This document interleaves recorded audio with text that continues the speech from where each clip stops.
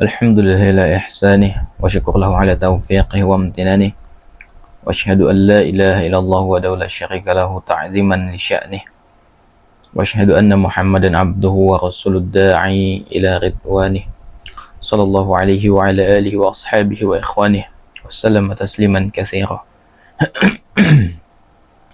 Alhamdulillah, segala puji bagi Allah Subhanahu wa taala Rabbul Alamin. Kita bersyukur kepada Allah Subhanahu wa taala atas segala kenikmatan yang dilimpahkan kepada kita. Kita bermohon kepada Allah Subhanahu wa taala, semoga Allah Subhanahu wa taala senantiasa memberikan taufik dan hidayahnya kepada kita semua sehingga kita diwafatkan di atas agamanya Allah Subhanahu wa taala.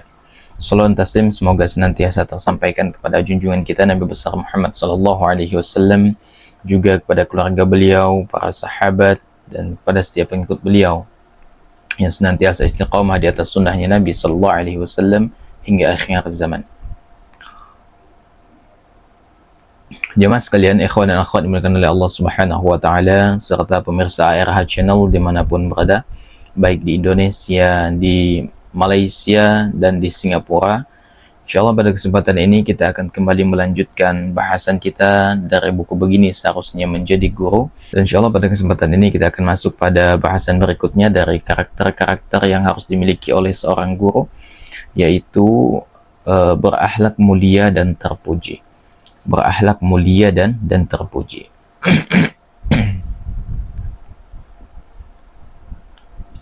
Jemaah sekalian, ya, sebelum kita masuk pada bahasan, Ana ingin membahas beberapa hal ya, yang belakangan menjadi sorotan. Yang pertama, bahwasanya di era digital sekarang banyak orang yang hidupnya disetir oleh FYP. Apakah dia itu sudah menjadi seorang ayah, sudah menjadi seorang ibu, bahkan anak-anak pun disetir oleh FYP. Coba kita perhatikan, semua yang viral-viral itu mudah diikuti oleh anak-anak. Ini menunjukkan bahwasanya kehidupan manusia itu sudah mulai diatur oleh media sosial. Makanya bagaimana agar orang terpengaruh dengan kebaikan yang kita berikan di media sosial adalah sering-seringnya kita men-share ya kebaikan di media sosial. Gitu kan?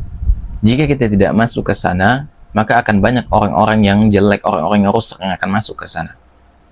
Ya. Makanya kalau media sosial ini tidak kita isi dengan kebaikan, maka ya yang mengisinya adalah keburukan. Oleh karena itu, penting kita untuk ya memperhatikan perkara ini. Apalagi di era digital sekarang, setiap orang itu sudah bisa mengakses apapun di HP-nya. Maka salah satu cara memanfaatkan bagaimana agar media sosial menjadi ladang pahala bagi kita dan sebagai bentuk ikhtiar kita agar media sosial ini tidak selalu diisi dengan keburukan, dengan riba dan lain sebagainya adalah kita isi dengan kebaikan. Kita share video ceramah, kita share nasihat-nasihat, kita share hadis-hadis Nabi, kita share ayat-ayat Al-Quran. Itu adalah di antara bentuk ikhtiar kita bagaimana agar yang naik kemudian ratingnya itu adalah perkara-perkara kebaikan.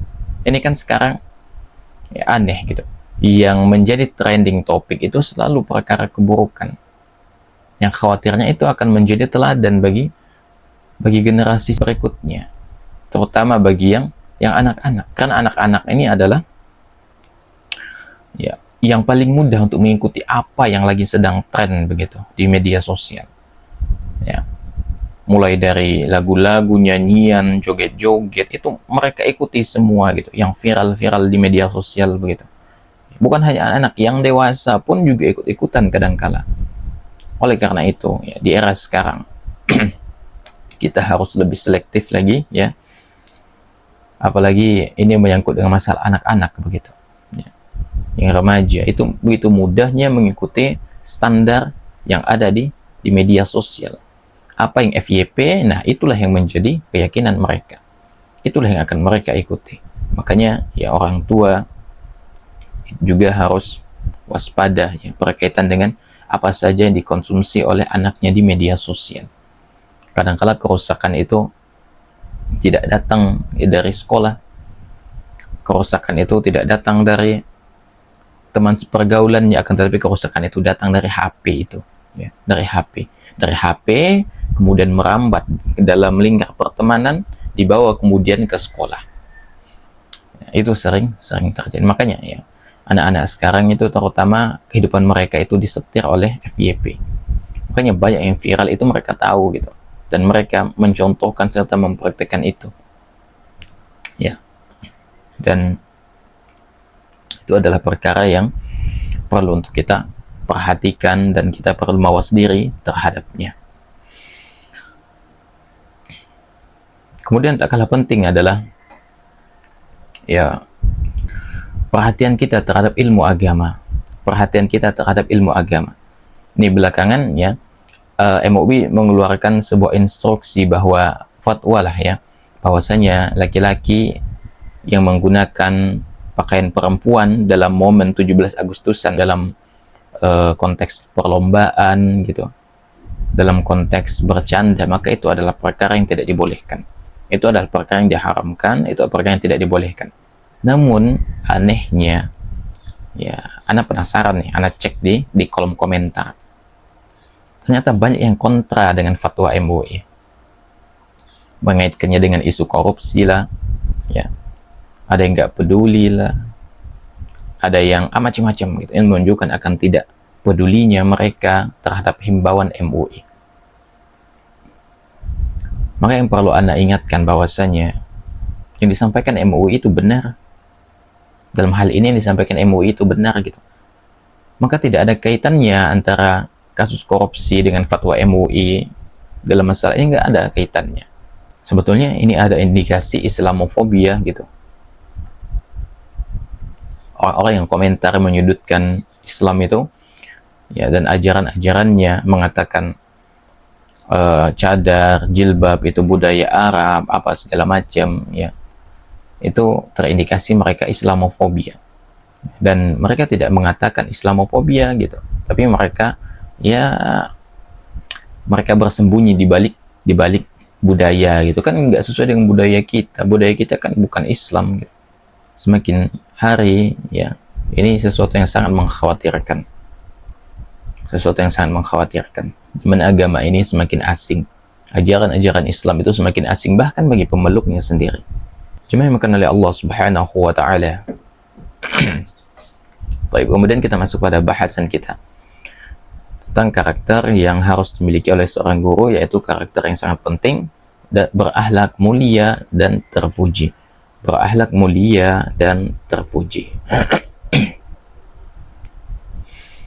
Jemaah sekalian, perlu kita sadari bahwa di antara salah satu misi diutusnya Nabi Shallallahu Alaihi Wasallam itu adalah untuk menyempurnakan akhlak.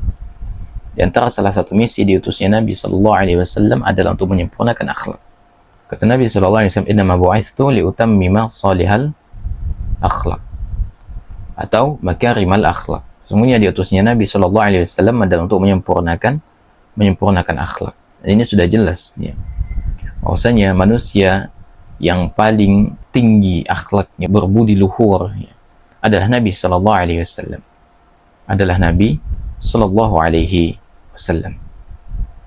Baik itu di dalam perbuatan, tutur kata, dan bagi para guru khususnya, memiliki akhlak yang baik, memiliki akhlak yang mulia dan terpuji adalah sesuatu yang sangat penting, terutama di dalam tutur lisannya gitu.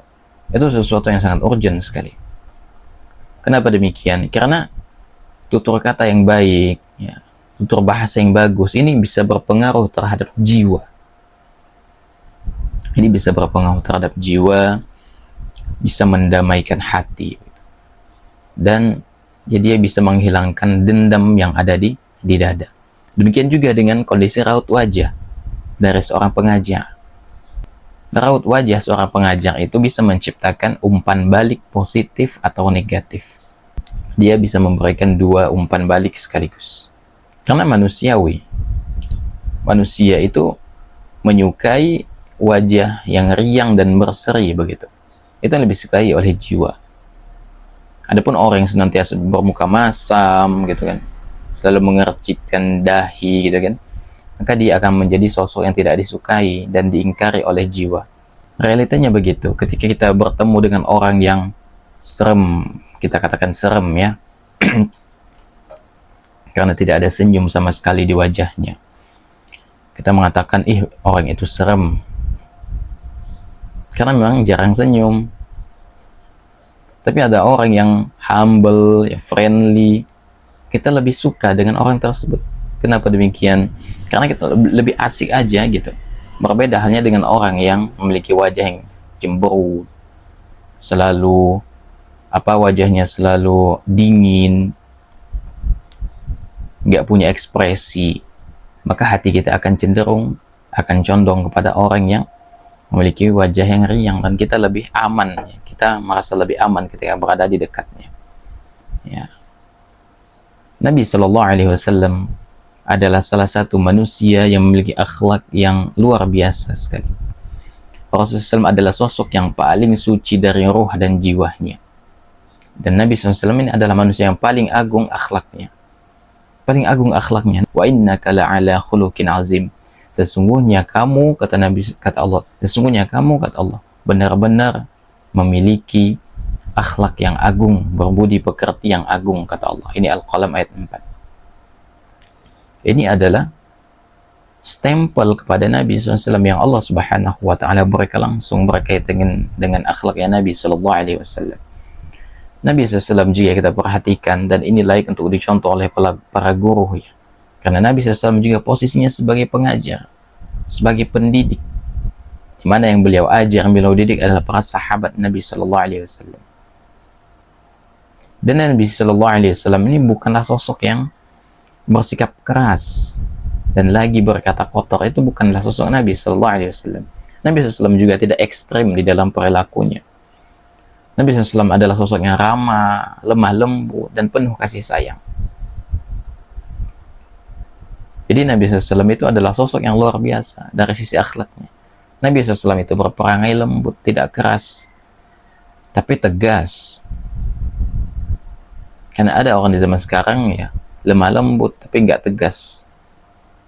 Nabi SAW itu adalah sosok yang ideal sekali dari sisi akhlak, sehingga Allah Subhanahu wa Ta'ala menyetempel beliau sebagai uswatun hasanah, sebagai suri tauladan yang paling pantas untuk kita contoh gitu. Dan Nabi SAW ini adalah sosok penyayang hadirin. Nabi ini adalah sosok yang paling luar biasa. Allah Subhanahu wa Ta'ala berfirman berkaitan dengan karakter Nabi sallallahu alaihi wasallam, "Laqad ja'akum rasulun min anfusikum azizun 'alaihi ma 'anittum harisun 'alaikum bil mu'minina raufur rahim." Kata Allah SWT, telah datang kepada kalian seorang rasul dari kaum kalian sendiri. Berat terasa olehnya penderitaanmu, sangat menginginkan keimanan dan keselamatan bagimu. Amat belas kasihan lagi penyayang terhadap orang-orang mukmin. Ini At-Taubah ayat 128. Allah Subhanahu wa Ta'ala juga berfirman, "Fabima rahmatin minallahi liyanta lahum wa lakunta fazzan ghalizal qalbi la faddu min hawlik." Maka disebabkan rahmat dari Allah Subhanahu wa Ta'ala, kamu berlaku lemah lembut terhadap mereka. Sekiranya kamu bersikap keras lagi berhati kasar, tentulah mereka menjauhkan diri dari sekelilingmu. Ini Al-Imran ayat 159. Jadi Nabi Shallallahu Alaihi Wasallam adalah sosok yang amat lembut sekali, memiliki akhlak yang terpuji yang luar biasa sekali. Kelembutan beliau Shallallahu Alaihi Wasallam, kepedulian beliau Shallallahu Alaihi Wasallam, perhatian beliau Shallallahu Alaihi Wasallam adalah perkara yang layak dicontoh oleh guru di zaman sekarang. Kita lihat, kalau guru itu keras orangnya, masam wajahnya, tidak ada senyum, dingin, maka murid akan lari darinya. Murid tidak akan segan kepadanya, akan tetapi takut kepadanya. Makanya kalau ada guru yang terkenal killer, sebelum mereka masuk ke kelas, jantung itu udah dak-dik-duk gitu. Bahkan ya, guru yang killer itu ya tidak diharapkan kehadirannya, saking menakutkannya bagi siswa. Tapi bagi guru yang menyenangkan, guru yang riang, guru yang humble, peduli, yang selalu memasang wajah ceria, dia akan selalu diinginkan kehadirannya oleh para siswa. Ini menunjukkan bahwasanya hati kita itu cenderung pada kelembutan. hati kita cenderung pada kelembutan. Kalau di dalam menegur, tidak adalah menegur kecuali dengan cara yang baik. Mengingatkan, tidaklah mengingatkan kecuali dengan cara yang baik. Maka para guru itu ya harus memiliki akhlak yang terpuji. Dan juga jangan sampai ya guru itu mengeluarkan kata-kata yang tidak pantas kepada para siswanya, apakah itu bernada pelecehan misalnya, penghinaan. Guru itu harus memfilter setiap kata yang diucapkan. Karena itu akan tertanam di benak siswa. Ya, akan tertanam di benak siswa. Oleh karena itu, ya, kata Allah Subhanahu wa taala, kalaulah Nabi Shallallahu alaihi wasallam bersikap kasar, keras gitu, maka Nabi SAW akan dijauhi oleh manusia. Dan orang yang memiliki watak yang keras ini ya kadang-kala memang tidak disukai oleh manusia. Begitu juga seorang guru, jangan sampai seorang guru memiliki watak yang keras. Karena jika watak guru itu keras, maka dia akan menjadi sosok yang tidak disukai oleh siswa. Ya. Akan menjadi sosok yang tidak disukai oleh siswa. Kemudian kita lihat dari hadis Nabi Sallallahu Alaihi Wasallam bagaimana karakter Nabi SAW, lembutnya karakter Nabi Sallallahu Alaihi Wasallam. Dari Atha bin Yasar, dia mengatakan, saya bertemu Abdullah bin Amr bin Al-As radhiyallahu anhu. Saya berkata, ceritakan kepadaku tentang karakter Rasulullah Sallallahu Alaihi Wasallam di dalam Taurat. Dia mengatakan, iya, demi Allah, sungguh di dalam Taurat beliau disifatkan dengan sebagian karakter beliau yang disebutkan di dalam Al-Quran. Wahai Nabi, sesungguhnya kami mengutusmu untuk menjadi saksi dan pemberi kabar gembira serta pemberi peringatan, juga pengayom bagi kaum yang tidak bisa baca tulis. Kamu adalah hambaku dan rasulku. Aku namai kamu dengan Al-Mutawakkil, tidak keras dan tidak juga kasar, tidak suka berteriak di pasar dan tidak membalas keburukan dengan keburukan, melainkan memberi maaf dan bersikap lapang.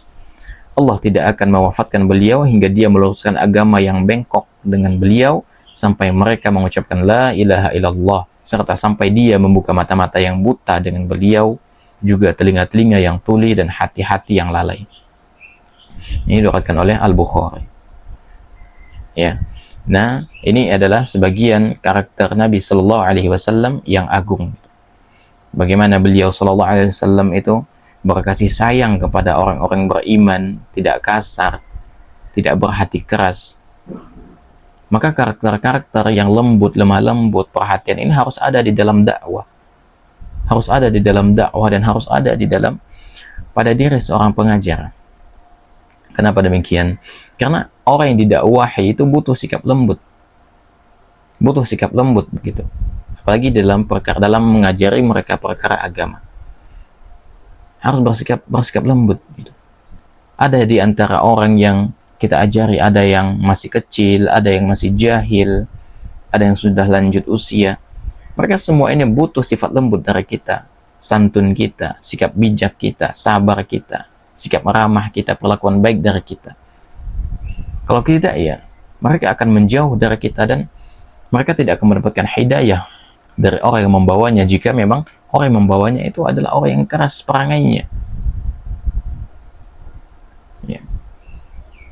Makanya kalau kita ambil perbandingan, ada dua orang berilmu, satu yang memiliki perangai yang bagus, akhlak yang baik, dan satunya memiliki perangai yang keras dan buruk.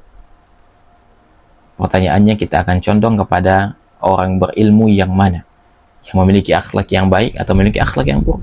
Tentu akhlak yang baik gitu. Karena orang yang memiliki akhlak yang baik, hati kita akan tertaut padanya. Hati kita akan tertaut padanya. Dan ya, orang yang memiliki akhlak yang mulia itu kadang-kala lebih meyakinkan dari memiliki orang yang berilmu tapi tidak memiliki akhlak yang mulia. Karena apa? Karena akhlak yang mulia itu adalah di antara salah satu implementasi ilmu yang dia miliki. Ketika dia memiliki akhlak yang buruk, berarti dia belum bisa mengimplementasikan ilmu yang sudah ia dapatkan. Makanya sebagian ulama itu menyebutkan bahwasanya keimanan itu berjalan lurus dengan akhlak yang mulia. Kan nggak mungkin orang yang memiliki iman yang bagus kemudian memiliki lisan yang buruk, itu nggak mungkin. Justru semakin tinggi keimanannya kepada Allah Subhanahu wa taala, semakin terjaga lisannya, semakin terjaga perbuatannya, semakin terjaga muamalahnya, semakin takut dia dengan perkara-perkara haram, bukan sebaliknya. Oleh karena itu, memiliki akhlak yang mulia adalah perkara yang luar biasa. Ini urgent, terutama bagi seorang pendidik, karena pendidik ini adalah sosok yang ditiru nanti. Dia akan menjadi sosok yang ditiru. Dan hadis dari Ummul Mukminin yang menyebutkan akhlaknya Nabi Shallallahu Alaihi Wasallam adalah Al-Quran, ini sebetulnya sudah cukup untuk menunjukkan bagaimana karakter Nabi Shallallahu Alaihi Wasallam. Artinya semua yang diperintahkan oleh Al-Quran, semua yang dilarang oleh Al-Quran, itu sudah dipraktekkan oleh Nabi Shallallahu Alaihi Wasallam. Al-Quran memerintahkan berlaku lembut, penyayang, ramah, berjalan tidak dengan cara yang sombong. Itu sudah dipraktekkan oleh Nabi SAW. Makanya Nabi SAW dalam hal ini guru besar, guru dari segala guru, Nabi SAW. Kita contoh Nabi SAW baik secara praktikal atau secara perkataan Nabi SAW, itu bisa dicontoh oleh guru di zaman sekarang. Dan seorang guru juga dia harus bersabar terhadap sikap muridnya kadangkala. Ini disebutkan dalam hadis Nabi SAW bagaimana Nabi SAW bermuamalah, bagaimana Nabi SAW berperilaku kepada para sahabatnya. Anas bertutur, saya pernah berjalan bersama Nabi SAW, sedangkan beliau SAW menggunakan selimut, menggunakan kain dari Najran, yang di ujungnya itu ada agak kasar gitu. Tiba-tiba beliau SAW dikejar oleh seorang dari suku Baduy. Kita tahu nih, suku Baduy ini perangainya, wataknya agak kasar gitu, karena tinggal di tengah padang pasir gitu kan. Perangainya kasar, ngomongnya itu agak kasar gitu. Maka beliau menarik selimutnya Nabi Shallallahu Alaihi Wasallam, dipakai oleh Nabi SAW. Sampai kata Anas, Anas bisa melihat permukaan pundaknya Nabi Shallallahu Alaihi Wasallam itu sampai lecet. Karena apa? Tergores oleh tarikan selimut yang beliau pakai, karena ditarik oleh orang Baduy itu. Lalu orang Baduy itu mengatakan, wahai Muhammad, perintahkan kepada mereka agar saya diberikan dari harta Allah yang ada padamu. Kemudian Nabi SAW menoleh dan tertawa, lalu menyuruh para sahabat agar orang itu diberi pesangon. Ya, coba perhatikan akhlaknya Nabi SAW. Betapa agungnya akhlak Nabi SAW ketika berhadapan dengan orang yang memiliki watak yang kasar. Nabi SAW tidak membalas dengan kekasaran yang serupa. Tidak membalas. Bisa saja Nabi SAW membalas perlakuan orang Baduy itu karena perilaku buruknya kepada Nabi SAW. Akan tetapi Nabi SAW adalah sosok guru besar. Bagaimana seorang pengajar itu bersabar terhadap murid-muridnya? Bagaimana seorang pengajar itu bersabar terhadap anak didiknya? Kadang-kala sebagian anak didik itu ya luar biasa sekali akhlaknya. Lisannya luar biasa. Maka ketika kita temui, kita dapati murid-murid seperti itu, maka tidak bisa kita ajari mereka dengan cara yang kasar juga, nggak bisa. Harus dicontohkan dengan kelembutan. Dicontohkan dengan kelembutan. Maka kadang-kala guru juga harus bersabar dalam menyikapi para siswa, para penuntut ilmu. Karena kadang-kala mereka itu ya memang bawaannya ada yang kasar begitu. Sehingga kita harus sabar di dalam menghadapi karakter-karakter mereka yang beragam. Nabi SAW bisa saja membalas tadi orang Baduy yang menarik selimut Nabi sampai pundak Nabi SAW lecet karena tarikan tersebut. Tapi SAW tidak melakukannya. Nabi SAW tidak melakukannya. Karena kata Nabi SAW, man kazama ghaizan wa huwa qadirun ala an yunfidhahu da'allahu azza wa jalla ala ru'usil khalaiqi yawmal qiyamah hatta yukhayyirahu Allahu minal huril 'aini ma syaa. Barang siapa yang meredam amarah, ya, padahal saat itu dia mampu melampiaskannya, Allah Subhanahu wa taala akan memanggilnya di hadapan para makhluk pada hari kiamat. Dan Allah memberinya pilihan bidadari mana yang dia sukai. Ini diriwayatkan oleh Ahmad dan yang lainnya. Maka kita perhatikan bagaimana sikap Nabi SAW. Nabi SAW itu pada saat itu ya bisa saja membalas pada suku Badui tersebut. Beliau SAW itu adalah pemimpin pada saat itu. Bisa saja Nabi SAW suruh perintahkan kepada para sahabat penggal kepalanya atau hukum apalah gitu. Bisa saja. Tapi Nabi SAW tidak melakukan hal tersebut. Itu menunjukkan bahwasanya Nabi SAW adalah memiliki sifat penyabar. Nabi SAW memiliki sifat yang penyabar. Dan orang yang memiliki sikap dan orang yang bisa membalas amarahnya padahal dia mampu, tapi orang itu menahannya, maka dia akan dipanggil di hadapan Allah Subhanahu wa taala di depan semua makhluk nanti pada hari kiamat untuk menerima balasan yang besar. Siapa yang tidak bangga akan hal ini? Disaksikan oleh seluruh makhluk, dipanggil oleh Allah Subhanahu wa taala untuk diberikan pahala yang luar biasa. Maka ini menunjukkan bahwasanya seorang guru itu kadangkala ya harus memiliki sifat sabar lah di dalam dalam menyikapi karakter murid yang kadangkala beragam. Ada yang pendiam, ada yang aktif. Namanya siswa itu beragam karena latar yang berbeda-beda, memiliki latar yang berbeda-beda. Dan dalam hadis ini ya pujian indah sebagaimana dijelaskan oleh Mulla Al-Qari, pujian yang indah dan balas yang besar ini diberikan karena sebatas menahan emosi saja. Bagaimana lagi jika ditambahkan dengan sikap memaafkan atau bahkan membalasnya dengan kebaikan. Maka kata beliau, ya, pujian yang indah, penghormatan yang akan Allah Subhanahu wa taala berikan, penghargaan yang akan Allah Subhanahu wa taala berikan nanti di akhir bagi orang yang mampu membalas tapi enggak membalas. Dan ini hanya sebatas menahan emosi saja. Allah Subhanahu wa taala akan berikan penghargaan yang tinggi luar biasa. Lalu bagaimana kata beliau? Selain memaafkan, ya selain kita menahan emosi, kita juga memaafkan atau justru kita balas dengan akhlak yang baik. Maka seberapa besar lagi balasan yang akan Allah Subhanahu wa taala berikan. Oleh karena itu, hendaknya para pendidik dan pengajar itu meniti jalan guru besar sallallahu alaihi wasallam di dalam menghiasi diri dengan akhlak yang mulia dan adab yang tinggi. Karena Nabi SAW adalah sosok yang paling sukses di dalam mengajar dan mendidik. Dan para siswa itu akan terdorong memiliki akhlak mulia. Itu berangkat dari akhlaknya para guru mereka. Mereka akan melihat bagaimana para gurunya bersikap. Mereka akan melihat bagaimana gurunya di dalam berperilaku. Maka siswa akan mengikuti guru tersebut di dalam berperilaku. Oleh karena itu, pengajar itu harus memiliki akhlak yang terpuji karena dia akan memberikan pengaruh positif terhadap siswanya, pengaruh positif gitu. Oleh karena itu, hendaknya para guru, para pendidik hendaknya memiliki akhlak yang mulia karena harus kita sadari bahwasanya tidak ada sesuatu yang lebih berat dalam timbangan kecuali akhlak yang mulia. Kata Nabi SAW, ma min syai'in athqalu fil mizani min husnil khuluq. Ya, tidak ada sesuatu pun yang lebih berat dalam timbangan daripada akhlak yang baik. Kenapa demikian? Karena dengan akhlak yang mulia ternyata kita bisa mencapai derajat tinggi. Lebih orang yang rajin puasa sunnah dan rajin salat sunnah. Kata Nabi SAW, min husnil khuluqi wa inna sahiba husnil khuluqi la yablughu bihi darajata sahibis shaumi was shalah.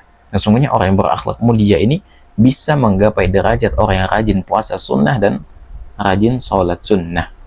Oleh karena itu, akhlak yang baik ini adalah perangai yang bekerja seperti sihir di dalam mengikat hati, dalam menarik jiwa. Kemudian dalam menebar rasa kasih cinta di antara pribadi masyarakat. Dan para pengajar adalah orang yang paling utama untuk hal itu. Jadi, akhlak yang mulia itu seperti sihir begitu. Tapi bukan sihir, akhlak mulia itu memikat seperti sihir gitu. Orang akan terpikat dengan akhlak mulia kita.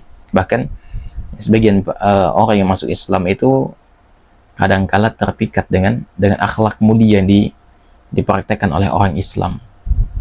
Ada sebagian orang yang masuk Islam karena terpikat dengan akhlaknya orang Islam. Oleh karena itu ya, ini menunjukkan urgennya akhlak yang mulia sekali, khususnya bagi para guru dan pengajar. Khususnya bagi guru dan para pengajar. Kemudian kita masuk pada kesimpulan yang pertama, bahwasanya Akhlak adalah sifat terpuji yang mesti bagi guru untuk berhias dengannya, serta menganjurkan para anak didiknya untuk berakhlak-akhlak dengannya. Kemudian kata yang baik, muka riang, dan ceria, termasuk di antara sebab yang akan menghilangkan jarak antara guru dan siswanya. Kemudian sabar dan bijaksana serta sikap lapang dada seorang pendidik ketika menghadapi kejahilan para siswa. Karena memang ya, ketika guru itu memiliki muka yang masam, dingin, killer, para siswa itu akan memberikan jarak. Dia nggak mau terlalu dekat-dekat dengan guru tersebut. Karena killer kan. Demikian juga ketika guru berhadapan dengan kejahilan para siswa, hendaknya para guru itu sabar dan bijaksana. Serta kita berlapang dada dengan karakter siswa yang beragam. Kita lihat karakter Nabi SAW menghadapi para sahabat dengan karakter yang beragam. Apakah Nabi SAW menghadapi mereka dengan kasar? Tidak. Nabi SAW menghadapi mereka dengan lemah lembut. Oleh karena itu lebih layak bagi kita sebagai pendidik, sebagai pengajar, sebagai guru, sebagai contoh. Maka kita lebih pantas lagi mengikuti Nabi SAW. Ketika kita memiliki sudah mengajarkan banyak perkara kepada siswa kita, itu kadang-kadang nggak masuk ke benak mereka, akan tetapi yang masuk ke benak mereka apa? Perilaku kita, akhlak kita, gitu, di dalam berperilaku kepada mereka atau di dalam menjaga hubungan kepada Allah. Kan siswa akan melihat begitu. Ya, jangan sampai guru nyuruh sholat tapi gurunya nggak sholat. Jangan sampai gurunya nyuruh puasa tapi gurunya nggak puasa. Jangan sampai gurunya memerintahkan berakhlak mulia, menjaga lisan tapi gurunya tidak melakukan hal tersebut. Maka ini adalah perkara yang penting sekali untuk kita perhatikan dan camkan gitu. Tapi jemaah mengenali Allah Subhanahu wa taala, demikian yang berkaitan dengan karakter yang harus dimiliki oleh seorang guru, yaitu berakhlak mulia dan terpuji. Semoga Allah Subhanahu wa taala mempermudah kita di dalam mengamalkan apa yang sudah kita pelajari, dan kita bermohon kepada Allah Subhanahu wa taala semoga Allah Subhanahu wa taala menjaga kita, melindungi dan memudahkan segala urusan kita, dan kita juga bermohon kepada Allah Subhanahu wa taala semoga Allah Subhanahu wa taala mewafatkan kita di atas kebaikan. Demikian dapat Anda sampaikan. Yang benar datangnya dari Allah Subhanahu wa taala, yang keliru datangnya dari Anda pribadi. Allah dan Rasulnya tentu terlepas dari kekeliruan itu. Subhanakallahumma bihamdik, asyhadu an la ilaha illa anta, astaghfiruka wa atubu ilaik. Assalamualaikum warahmatullahi wabarakatuh.